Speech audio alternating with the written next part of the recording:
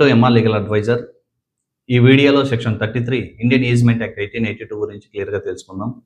So section 33 అనేది shoot for disturbance of easement కింద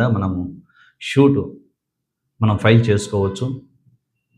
ఎక్కడైతే మన యొక్క ఈజ్మెంట్, మన యొక్క హక్కులు ఏవైతే గాలి, వెలుతురు, దారి, సో ఇటువంటి మన యొక్క ప్రాథమిక హక్కులు ఏవైతే ఉన్నాయో ఇవి మనకు అభ్యంతరం కలిగినట్లయితే మనం సివిల్ షూట్ అనేది కోర్టులో మనం ఫైల్ చేసుకోవడం జరుగుతుంది.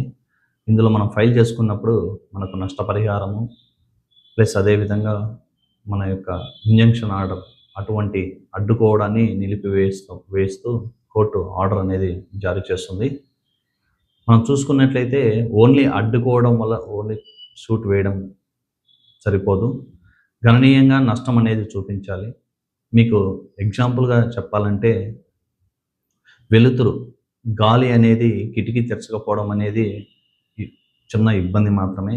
కానీ ఒక పర్సన్ని గాలి లేకోకుండా ఒక రూమ్లో నిర్బంధించి కనుక ఉన్నట్లయితే ఇది compulsory criminal offence and civil shoot గాను పరిగణించబడుతుంది.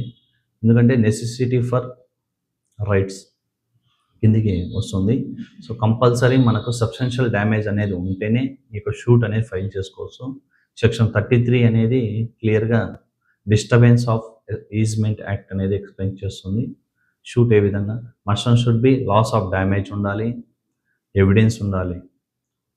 సో ఈ రెండు అనేటి ప్రధానమైన అంశాలు గుర్తుంచుకోవాలి. సో నెక్స్ట్ వీడియోలో మళ్ళీ కలుసుకుందాం. ధన్యవాదాలు.